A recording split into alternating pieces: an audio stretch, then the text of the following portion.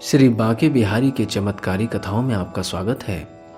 इस कथा में आप जानेंगे कि श्री बांके बिहारी के राजभोग सेवा अधिकारी गोस्वामी ओंकारनाथ के सुपुत्र गोस्वामी अमरनाथ के बारे में। श्री बांके बिहारी जी ने अपने पार्षद एवं सेवक गोस्वामी अमरनाथ जी को बैंक मैनेजर से कैसे छुट्टी दिलवाई, क्योंकि वो मैनेजर छुट्टी नहीं देना चाहता था, लेकिन फिर भी बिहारी जी की कृपा से उनके पार्षद एवं सेवक उनको कैसे छुट्टी प्राप्त हुई और कैसे बिहारी जी की कृपा प्राप्त हुई, इसका हम दर्शन करेंगे। यह कथा आज से 75 वर्ष पूर्व की है। जब आप श्री बिहारी जी महाराज के दर्शन करने के उपरांत परिक्रमा करने के लिए दक्षिण द्वार से बाहर निकलेंगे तो द्वार पे सटा हुआ एक मंदिर दिखाई देगा। इस मंदिर में ठाकुर श्री विराजमान हैं, जो गोस्वामी ओंकारनाथ जी महाराज के सेवानिधि हैं।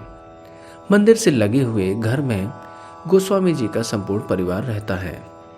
गोस्वामी जी ओंकारनाथ जी श्री बांके बिहारी जी महाराज के राजभोग सेवा अधिकारी हैं। इन्हीं गोस्वामी जी के ज्येष्ठ पुत्र गोस्वामी अमरनाथ लखनऊ में बैंक की नौकरी किया करते थे। बहुत समय पहले जब अमरनाथ जी की नौकरी लखनऊ में लगी तो घर से विदा होते समय पिताजी ओंकारनाथ जी ने उन्हें हृदय से लगा लिया। उन दोनों पिता पुत्र की आंखें डबडबा आईं। जीवन में पहली बार ऐसा आया था जब पिता पुत्र एक दूसरे से पृथक हो रहे थे, किंतु प्रभु की इच्छा के अनुकूल ही तो चलना होता है। श्री ओंकारनाथ जी अमरनाथ जी के साथ श्री बांके बिहारी की परिक्रमा करते हुए कुएं तक आए। कुएं के पास से ही रिक्शा खड़ा हुआ था। उसमें अमरनाथ जी के छोटे भाइयों ने उनका सामान जमा दिया था।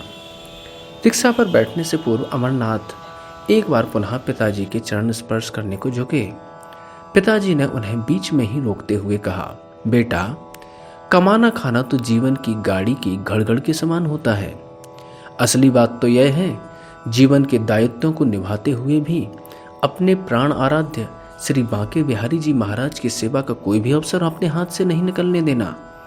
कुछ भी हो, कहीं पर भी रहना, जब भी श्री बांके बिहारी की सेवा हो तो सेवा के लिए अवश्य आ जाना।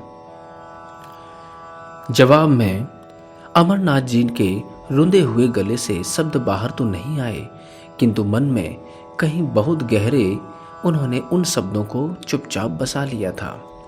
प्रतिवर्ष जब उनका बिहारी जी महाराज की सेवा का क्रम आता तो वे सपरिवार वृंदावन आते।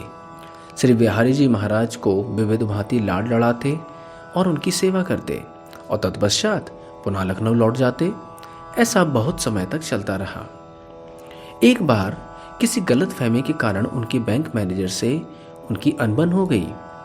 तब तो बात आई गई सी हो गई, किंतु बाद में मैनेजर मौके पर उनको काम में रोड़े लगाने लगा।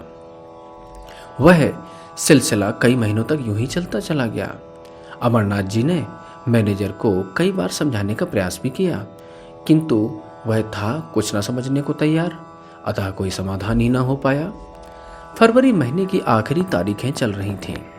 एक दिन गोस्वामी अमरनाथ ने मैनेजर के चैम्बर में प्रवेश कर एक कागज उनकी मेज पर रख दिया। मैनेजर कुछ काम में व्यस्त था। आहट पाकर उसने ऊपर नजर उठाई। एक बार अमरनाथ जी की ओर देखा और दूसरी बार कागज की ओर। बड़े ही अनमने ढंग से उसने उस कागज को उठा लिया और पढ़ते ही उसकी त्योरियां तन गईं। वो कहने लगा, मिस्टर गोस्वामी, ये मार्च का महीना शुरू होने को है और आप लंबी छुट्टियां चाहते हो? यह कतई संभव नहीं है। मैनेजर ने प्रार्थना पत्र एक और सरकाते हुए कहा। ओंकारनाथ गोस्वामी के पुत्र अमरनाथ ने कहा, सर, बात यह है कि मुझे बिहारी जी की सेवा के लिए शामिल होना आवश्यक है। मुझे वृंदावन जाना ही पड़ेगा, अतः आप मेरा अवकाश स्वीकृत कर दें। अमरनाथ जी ने इस प्रकार से अनुरोध किया। मैनेजर ने कहा, oh, it is not possible. Manager ने किस प्रकार कहने पर, यह क्लोजिंग का समय है। आप नहीं जानते हैं क्या कि फालतू के कामों के लिए छुट्टी मंजूर नहीं हो सकती। गोस्वामी की तो कान में मानो पिघला हुआ शीशा ही भर गया हो। फालतू का काम सुनते ही अमरनाथ जी को ऐसा लगा जैसे उनके कानों में किसी ने पिघला हुआ शीशा भर दिया हो। उनके मन ही मन ने बिहारी जी महाराज की प्रार्थना की कि इस मूर्ख मैनेजर को क्षमादान दें। यह नहीं जानता कि यह क्या कह रहा है। किंतु वृंदावन जाने में अड़चन आते देख वे खिन्न हो गए। उन्होंने अपनी प्रार्थना पत्र मेज पर से उठा लिया और चैम्बर से बाहर आकर निकलते हुए कहने लगे कि यदि मुझे अपनी सेवा में बुलाना होगा तो तुम्हारे रोकने से भी मैं नहीं रुकूंगा। अब मैं नहीं आऊँगा छुट्टी की अर्जी लेकर। अमरनाथ जी का मन दुखी था, काम में मन ना लगा। जैसे तैसे शाम आई और वे घर पहुंच गए। मन में वृंदावन जाने की तड़प थी और तन पर नौकरी की प्रतिबंधी की जकड़न। अमरनाथ जी जब घर पहुंचे तो आसमान में अंधेरा गहरा हो चुका था। रास्ते में जो बत्तियां थीं वे जल उठी थीं। घर के द्वार पर पैर रखते ही भीतर से आती आवाज़ों ने उन्हें बच्चों और धर्मपत्नी के उत्साह से परिचय करा दिया। सभी प्रसन्नतापूर्वक वृंदावन जाने की तैयारी में जुटे थे। उनकी पत्नी कभी कपड़े ठीक करके रखती तो कभी दूसरे सामानों को। बच्चे दौड़ दौड़ कर माँ का हाथ बटा रहे थे। अमरनाथ के पैर एक क्षण तो द्वार पे ही ठिठके। वे सोचने लगे कि जैसे ही इन सबको पता लगेगा कि मेरा अवकाश मंजूर नहीं हुआ है, इन सब का मनोबल टूट जाएगा। किंतु करूं तो क्या करूं? कोई रास्ता ना पाकर वे घर में प्रविष्ट हुए। अमरनाथ जी को देखते हुए बच्चों ने उन्हें घेर लिया और वो कहने लगे, बाबूजी, अम्मा ने मेरे लिए लाल शर्ट रखी है। किसी ने कहा तो दूसरे ने अपने खिलौने न ले चलने की शिकायत की, तो तीसरे ने तीसरी बात और चौथे ने कोई चौथी बात। अमरनाथ जी ये सबको हाँ हूँ कह के बहलाए। तब तक उनकी पत्नी पानी का गिलास लेकर आ गई। पानी पीने के बाद पत्नी ने अनुभव किया कि अमरनाथ कुछ परेशान से लग रहे हैं। उसने पूछा, क्यों जी, क्या बात है? कुछ खास नहीं, अमरनाथ जी ने कहा।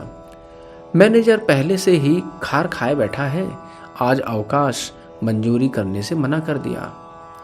इस पर पत्नी बोली, बस इतने से के लिए परेशान होने की क्या बात है?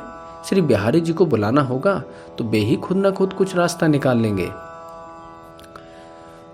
ओंकारनाथ के पुत्र अमरनाथ ने कहा, हाँ, मैं भी यही सोचता हूँ, जैसा उनकी इच्छा होगी वैसा ही होगा।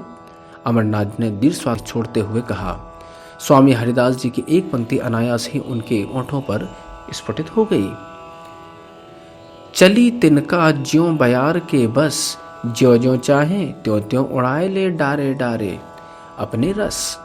तो यह पंक्ति उनको बार बार स्मरण आ रही थी। इधर बैंक के सभी कर्मचारी जा चुके थे, किंतु दो चपरासी अभी अनमनी से बैंक में ही बैठे थे। सर्दी का मौसम होते हुए भी मैनेजर साहब अभी तक घर नहीं गए थे। वे जाएं तो इन्हें भी छुट्टी मिले। तभी घड़ी के 8 बजे टन टन की आवाज़ें बैंक के सूनेपन के कुरीति वहीं लीन हो गई। मैनेजर ने अपना पेन बंद किया और कुर्सी से उठ खड़ा हुआ। दोनों चपरासी दौड़कर उनके पास जा पहुंचे। बैंक बंद करने की अपेक्षित कार्यवाही कर उन्होंने एक चपरासी को सुबह जल्दी आने की हिदायत दी और गाड़ी स्टार्ट कर घर के लिए चल दिए। दूसरे दिन सुबह अमरनाथ जी के पड़ोसी आरपी वर्मा ने उनका दरवाजा खटखटाया। गोस्वामी जी, आपका फोन है, मैनेजर साहब आपको बुला रहे हैं, जरा जल्दी करो। दरअसल अमरनाथ जी ने बैंक में अपने पड़ोसी का फ़ोन नंबर दे रखा था, तभी कभी विशेष काम होने पर संपर्क हो सके। सुबह सुबह मैनेजर के फ़ोन किए जाने पर उन्होंने कुछ विचित्र सी बात लगी। उन्होंने वर्मा जी के घर की ओर लपकते हुए यह सोच डाला कि हो ना हो मैनेजर सुबह जल्दी बैंक पहुंचने के लिए ही कह रहा होगा। उन्होंने रिसीवर कान से लगाया और कहा, हेलो, उधर से आवाज़ आई, मैं बोल रहा हूँ खन्ना मैनेजर। गोस्वामी जी, ऐसा करो, आप अपने कार्यक्रम के हिसाब से वृंदावन चले जाओ, मैं पीछे से सब देख लूँगा। अमरनाथ जी को तो जैसे विश्वास ही नहीं हुआ। किंतु सर, कल तो आप इस प्रकार कह रहे थे। मैनेजर ने कहा, अरे कल की बात छोड़ो, जो आज कह रहा हूँ वह करो। उधर से मैनेजर बोल पड़े, सर। अब ओंकारनाथ जी के पुत्र अमरनाथ कहते हैं, सर, मैं कुछ नहीं समझ पा रहा हूँ, जरा साफ साफ कहिए, बात क्या है? भाई, बात यह है, कल मैं जब बैंक करके बंद करके घर जा रहा था तो रास्ते में मेरी गाड़ी का एक्सीडेंट हो गया। मेरी चोट तो अधिक नहीं आई, लेकिन कल रात नर्सिंग होम में जब मैं ड्रेसिंग करके घर आया तो मैं सोने की कोशिश कर रहा था, लेकिन सो नहीं सका। तभी अमरनाथ जी ने पूछा, क्या कारण है, आप क्यों नहीं सो पा रहे थे, बताओ तो जरा। मैनेजर कहते हैं कि जब मैं सोने की कोशिश कर रहा था तो जैसे ही आंखें बंद करते तो मेरे कानों में गूंज सुनाई पड़ती, बांके बिहारी लाल की जय, बांके बिहारी लाल की जय। यह महाघोष मुझे सुनाई देने लगा। आंखें खोलता तो फिर सब कुछ वैसे के वैसे ही हो जाता। सारी रात यही होता रहा, इसलिए तुम्हें फोन कर रहा हूं, समझे? अमरनाथ जी ने कहा, हाँ सर, समझ रहा हूं। तो बिहारी जी के इस चरित्र को जानकर वह गदगद हो उठे। फोन का रिसीवर उनके हाथों से नीचे लुढ़क उड़ा और झूल गया। अपनी अर्जी किसी के हाथ भिजवा देना, मैनेजर की आवाज रिसीवर से बाहर आ रही थी। अमरनाथ जी की प्रसन्नता का तो कोई ठिकाना ही ना था। वे घर की ओर दौड़ पड़े और अगले दिन वे सपरिवार बिहारी जी महाराज के आमंत्रण की डोर में बंधे उनकी सेवा में आ पहुंचे।